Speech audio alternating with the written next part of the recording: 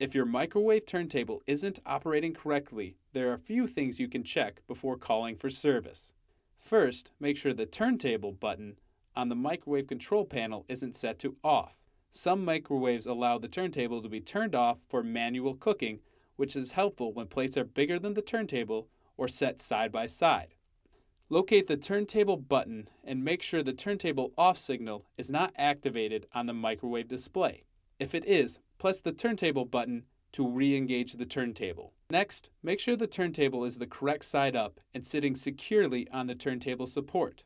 Lastly, make sure the turntable support is working properly. Remove the turntable, remove and clean the turntable support and rollers. When you're finished cleaning, replace the support and rollers, and make sure the turntable is securely in place. Place 1 cup of water, 250 milliliters, on the turntable and start the microwave oven.